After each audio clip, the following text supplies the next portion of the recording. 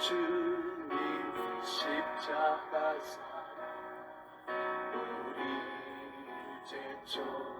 제촉하시네. 오늘 들고 예루살렘 향해 일어나 너 거침없이 나아가라. 영원한 어제에 이어서 요한복음 16장 9절 말씀을 중심으로 원죄에 대해서 몇 가지 말씀을 더 드릴게요. 자, 어제 죄가 세 종류 있는 거 말씀을 드렸어요. 그죠? 그러니까 이제 원죄가 있고 개인죄가 있고 사회죄가 있다는 걸 말씀을 드렸고, 원죄 중에서도 원죄가 에덴 동산에서 그냥 사과와 비슷한 과일 하나를 따먹었던 행위로 국한을 하면 원죄의 깊은 뜻을 이해를 못하는 겁니다. 그러면 진정한 회개가 될 수가 없어요. 그래서 원죄의 뜻을 조금 더 확대하고 깊은 뜻을 말씀을 드리려고 합니다. 그리고 원죄의 어제 말씀을 드렸던 첫 번째의 의미는 하나님과 같이 되려고 하는 극단의 교만의 죄를 말합니다. 창세기 3장 5절을 근거로 말씀을 드렸어요. 예, 그것은 루시퍼가 타락할 때에 하나님과 같이 되려고 하다가 추방당하여서 에덴 동산에 내려와서 에덴 동산의 인간에게 자기가 범죄한 범죄를 다시 오염시키는 죄가 이 인간에게 들어온 선악과를 따먹게 하면서 짓는 원죄입니다. 그래서 단순한 과일 하나를 따먹은 행위가 아니고 하나님과 같이 되려고 하는 이 극단의 교만의 죄가 우리 이 사탄에게 깊이 뿌리가 내려 있고 우리 인간에게도 그 죄성이 들어와 있는데 그것이 계속 우리에게 유전되어 내려가는 겁니다. 자, 그래서 이제 두 번째는 뭐냐면 로마서 14장 9절의 말씀을 가지고 말씀을 드렸어요. 우리 예수님이 우리를 위해 이 땅에 오셔서 십자가를 지시고 3일 만에 부활하심으로 우리의 주가 되셨다. 주가 되시기 위하여 이 땅에 오셔서 십자가 지시고 부활하셨다 말씀을 드렸어요. 그때의 주는 주인이라는 단어예요. 로드. 주님이 우리의 주인이 되셨다. 그러면 우리 주님이 십자가에서 돌아가시고 부활하셔서 우리의 주인이 되셨으니까 우리는 주님을 모시는 종이죠. 섬겨야죠. 그런데 우리가 그렇게 행하지 않는 거죠. 그래서 이제 오늘 세 번째는 그러니까 두 번째 말했던 게 주인 강탈죄예요. 주인 강탈죄. 주인을 밀어내고 주인 아닌 자가 주인이 되려고 하는 이 죄를 서슴없이 행하는 것. 세 번째는 이제 요한복음 16장 9절에 뭐라고 했냐면은 성령께서 오시면 보혜사 성령이 오시면 죄에 대하여 의에 대하여 심판에 대하여 세상을 책망할 것인데 9절에 죄에 대하여라 함은 저희가 나를 믿지 아니하미요. 자, 16장 9절의 원전을 직역을 하면 죄에 관하여라 함은 그들이 나를 믿지 아니하기 때문이라. 뭐 거의 비슷해요. 그런데 여기에서 말하는 것은 예수님을 믿지 않는다는 것은 불신자가 예수님을 아예 모르고 안 믿는 개념하고는 좀 다른 의미를 말합니다. 예수님을 알고 따라다니고 하는데 믿지 않는다는 말은 believe in. 다시 말하면 제자들이 3년 6개월을 예수님을 따라다녔어요. 그런데 예수님이 온갖 말씀을 다 하셔서 우리의 죄를 위해서 십자가에 돌아가실 것과 순환에 대한 예고 어저께 말씀 다 드렸죠. 그 다음에 살아나셔서 부활해가지고 갈릴리에 먼저 가겠다는 것도 4번이 기록되어 있어요. 성경에. 그리고 십자가에서 돌아가시고 살아나실 것을 5번 이상 성경에 기록되어 있어요. 그렇게 많이 말씀해 주셨는데도 실제 사건으로 예수님이 잡혀가 가지고 재판을 받는 그날부터 제자들은 다 떠나버린 거죠. 그 말은 무슨 말입니까? 이들이 예수님을 지식적으로 인지하고 알고는 있어도 아직도 믿음의 대상으로 예수님을 믿는 것이 아니죠. 그러니까 로마의 속국에서 이스라엘을 구출해 줄 훌륭한 선지자 중에 한 명 정도로 보지, 그분이 우리 신앙의 대상이고 정말로 나의 죄를 사하시고 구약에 그렇게 오래전부터 예언되어져 있던 메시아 그분이라고는 믿지를 못하고 있는 거죠. 그러니까 지금 우리 신자들에게 주님이 요한복음 16장 9절에 예수님을 믿지 않는 것 때문에 책망한다는 말이 무슨 말이냐 하면은, 마치 신혼부부가 결혼을 했어요.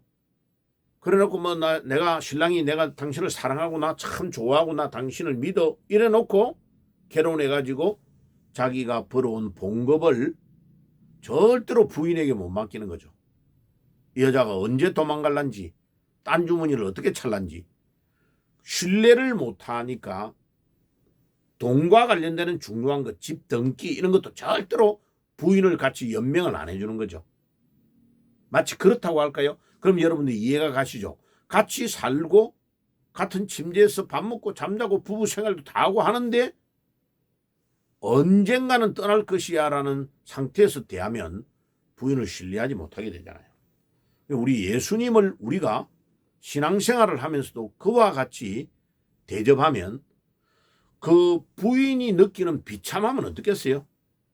우리 예수님이 지금 엄청난 비참함을 느끼게 되는 거죠. 이거는 그냥 사탄이 하나님하고 한번 대결해보자 라고 하는 그 교만의 죄, 같이 되려고 하는 죄 이상으로 큰 죄지요. 이제는 깊이 들어가 보면요, 예수님의 예수님 대심, 주 대심을 믿지 아니하는 거니까 이거는 엄청나게 심각한 문제죠.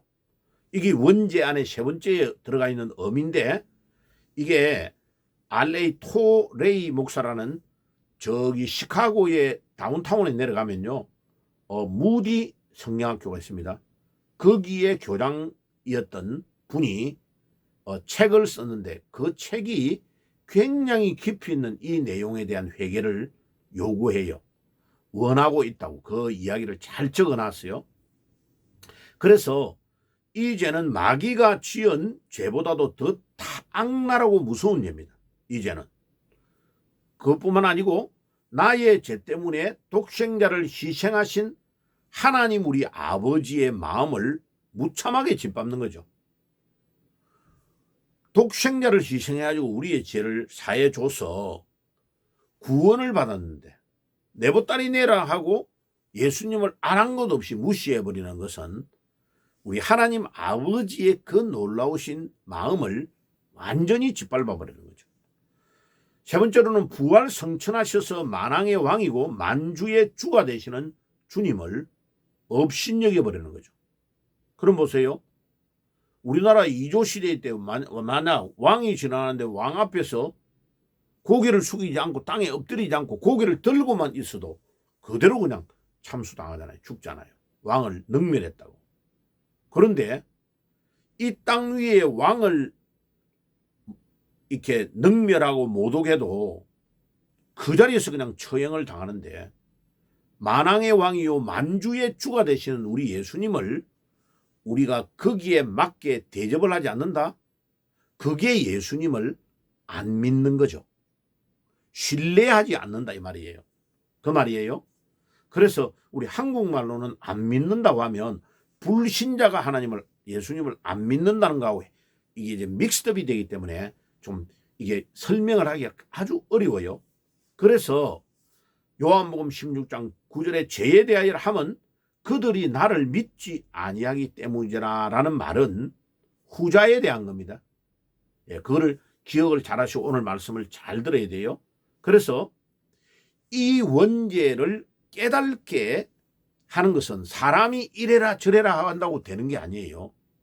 이게 하나님의 성령이 말할 수 없이 우리에게 탄식하는 소리에 귀를 기울이고 우리 주님이 나의 삶의 주인 되심을 딱 모셔드리고 주님 주 되심을 인정하는 것으로 나아가는 의식이 매 순간마다 있어야 돼요. 왜냐하면 우리는 아담의 후손이기 때문에 하나님과 같이 되려고 하는 이 교만의 죄와 주인을 밀어내고 주인의 자리에 차지해 있은 지가 너무 오래됐기 때문에 나도 모르게 항상 습관적으로 그렇게 해버린단 말이에요. 이 죄가 엄청나게 하나님 앞에 큰 죄예요. 그래서 오직 성령만이 우리를 이렇게 혼내시고 잘못됐다고 말하고 가르쳐 주실 수 있고 그 성령의 음성을 듣는 것이 우리의 생활 속에 너무 중요해요. 그게 회개하는 가장 중요한 기본이에요. 기본. 그리고 우리가 가장 먼저 할 일은 이 죄를 책망하시는 성령님께 간절한 마음으로 엎드리고 회개하는 거. 이게 제일 중요해요. 그래서 우리가 예배 시간에 진짜 예배할 때 찬양하고 하나님 앞에 회개할 때 이 회개를 하느냐 아니단 말이에요. 대부분 뭐를 생각해요? 남에게 사기친 거, 거짓말한 거, 도둑질한 거, 엄난한 거 이런 거를 회개해야 된다고 생각하는 거예요. 자범죄를. 아니에요. 그거보다 훨씬 더 큰 죄가 우리가 원죄를 범하여 우리 예수님을 하나님과 같이 되려고 하는 이 교만의 죄와 주인 되시는 주님을 밀어내고 내가 주인의 자리를 차지한 주인 강탈의 죄와 주님의 그 위대하심과 나의 주 되심을 믿지 않는 이 죄, 이 죄가 크게 이 세 가지가 하나님 앞에 매일 우리가 엎드려. 그래서 바울이 뭐라고 합니까? 고린도전서 15장 31절에 나는 날마다 죽노라. 바울의 자랑이 뭐냐면 나는 날마다 죽노라. 이게 요것과 연결되어 있는 거면 내가 날마다 죽지 않으면 내 안에 내가 주인으로 불쑥불쑥 나오는 이것 때문에 주님을 계속 주인의 자리에서 종의 자리로 밀어내기 때문에 바울이 나는 날마다 죽노라. 그리고 갈라디아 2장 20절에 내가 그리스도와 함께 십자가에 못 박혔나니 이제는 내가 산 것이 아니요 내 안에 그리스도가 사신 것이라. 내가 죽어야 주님과 함께 부활이 있죠. 안 죽었는데 어떻게 삽니까? 그러니까 우리가 매일 죽지 않는 이것이 가장 큰 문제죠. 진짜 신자는 매일마다 내가 죽는 훈련, 죽는 연습. 그래서 저는 매일 일어나면 7가지의 기도 제목이 있어요. 7가지. 첫째가 고린도전서 15장 31절. 주님, 오늘도 내가 죽게 해 주시옵소서. 거기에 1번에 성경 구절 3개. 갈라디아 2장 20절, 고린도후서 5장 17절. 그런즉 그리스도 안에 있으면 새로운 피조물이라. 이전 것은 지나갔으니 보라 새 것이 되었도다. 부활하신 그리스도라는 용광로 안에 내가 들어가 버리면 전혀 다른 질로 퀄리티로 뽑아져 나오는데 그리스도 부활하신 그리스도가 나를 정죄해서 뽑아내신다. 그래야 내가 살고 내 안에 그리스도가 역사하는 놀라운 기적의 역사가 일어나기 때문에 저는 1번을 항상 먼저 기도할 때 그 기도를 먼저 합니다. 왜? 바울이 그렇게 기도했는데 세계적인 가장 위대한 주의 종이 됐으니까. 저도 바울을 따라가려고 하는 거죠. 자, 그래서 우리가 항상 우리 신앙생활과 우리 인생에서 제일 시급하고 제일 중요한 것이 이 회개를 하나님 앞에 원죄에 대한 이 3가지의 회개를 계속 하는 것. 이게 가장 시급합니다. 그러면 그 나머지 것은 주께서 우리를 인도하게 되어 있으니까요. 자, 그러면 우리가 복음적인 이 회개를 어떻게 해야 될까요? 율법적으로 네 잘못했어 이런 정죄하는 식이 되면요 굉장히 눌리고 부담이 되고 상처가 되고 힘들어집니다. 이 회개하는 것 자체가 힘들어져요. 그런데 복음적으로 성경적으로 회개를 하면 엄청 기쁘고 감사가 넘칩니다. 그 가장 모범되는 것이 사도행전 2장에 나타나고 있습니다. 사도행전 2장 36절에 베드로가 성령에 충만하여 너희들이 나무에 매달은 이 예수를 하나님이 주와 그리스도가 되게 했다 하고 선포할 때에 37절에 형제들아 우리가 어찌할꼬 하고 부끄러움도 없어요. 그냥 와 우리가 나무에 매달아 죽였던 그 예수님이 나의 구주가 되신다니 내가 이 엄청난 이런 죄를 범했다니 하고 다 내놓고 세례를 받고 죄 용서함을 받으니까 성령이 임합니다. 그럴 때 하루에 3,000명이 주께로 돌아오는 역사가 일어나고 서로 떡을 떼고 교제하고 찬미하니 주께서 구원받는 자를 날마다 더하게 하시는 놀라운 성령의 폭발적인 운동과 예루살렘 교회의 놀라운 성장의 역사와 서로 펠로십을 하는데 아무도 따라올 수 없는 그런 놀라운 코이노니아가 교회 안에서 가정 안에서 일어났다. 이게요 초대교회가 가장 원형적인 회개운동을 잘했기 때문에 일어난 겁니다. 한국 교회가 회개운동이 일어나면 이 사도행전 1장 2장의 회개운동이 일어나기만 하면 또다시 성령의 놀라운 운동이 일어날 줄 믿습니다. 그것을 소망하고 이 말씀을 전하고 있습니다. 우리는요 사도행전 1장의 언약을 붙잡고 1장 4절 14절에 집중적으로 기도할 때에 사도행전 2장 1절에서 4절에 성령의 충만함이 왔죠. 그리고 그 충만함을 덧입고 놀라운 회개운동을 일으킬 때에 사도행전 2장의 47절 끝까지 세계사에서 길이 빛나는 성령의 운동이 일어났습니다. 그 운동이 사도행전 1장과 2장의 운동이 일어나려면 키포인트가 뭐냐면 회개입니다. 그러면 정리를 해볼게요. 부활하신 주님을 만났고 첫째, 부활하신 주님을 만나서 거꾸로 십자가를 바라보니 그 나무에 매달린 자가 누군가를 알게 됐고 나의 구주가 되신다는 것을 깨달았죠. 두 번째, 세 번째 회개운동이 일어나는 겁니다. 십자가를 바라볼 때에 부활의 주님을 통하여 십자가를 볼 때에 세 번째 회개운동이 일어나는 겁니다. 회개운동이 일어나면 놀라운 부흥의 운동이 일어나고 전도 운동이 일어나게 되어 있습니다. 그게 부활의 주님을 통하여 일어나는 네 가지 초대교회의 역사입니다. 이 역사를 위하여 계속 메시지를 드리고 복음을 전하고 있는 겁니다. 여러분들에게 오늘도 그 놀라운 회개의 운동이 일어나기를 바라고 이것을 진짜로 깨달으면 어떤 상황 속으로 가느냐 하면 내가 사탄이 가지고 있었던 교만한 창세기 3장 5절의 마음을 내가 가지고 있었구나. 그럼 사탄은 뿔 달려 있는 이런 존재가 아니고요. 교모한 모습으로 들어와서 우리를 사탄이 가지고 있는 하나님과 같이 되려고 하는 마음, 또 주인을 밀어내는 주인 강탈의 죄, 그 다음에 성경 찬송은 들고 다니면서 주님이 나의 구주 되심을 믿지 않도록 하는 이 불신의 요한복음 16장 9절의 이 죄를 범하게 하는 마음을 우리가 사탄이 주는 씨앗을 심어가지고 가지고 있는 이것을 원죄라고 합니다. 이거를 철저하게 하나님 앞에 회개하고 매 순간마다 엎드리면 놀라운 기적의 운동이 일어날 줄 믿습니다. 오늘 밤에도 여러분들 동일한 이런 역사가 일어나기를 주 예수의 이름으로 축복합니다. 기도합니다. 하나님 우리 아버지 감사합니다.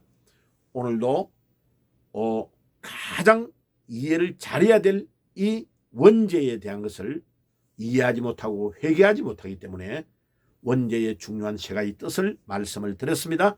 주님 오늘도 이 말씀이 잘 박힌 목과가 우리 심령에 박혀서 생을 변화시키는 능력의 말씀이 되게 해 주옵소서. 예수님의 이름으로 기도드리옵나이다. 아멘. 지금은 우리 주 예수 그리스도의 은혜와 하나님 우리 아버지의 사랑하심과 성령님의 교통하심이 오늘도 이 원죄의 의미를 깨닫고 철저한 회개운동이 일어나기를 소원하는 모든 주의 백성들 머리 위에 지금부터 영원까지 항상 함께 계실지어다. 아멘. 영원한 주님 십자가 사랑 우리 죄 족하시네. 오늘 들고 예루 산 향해 일어나 너 거침없이 나아가라 영원한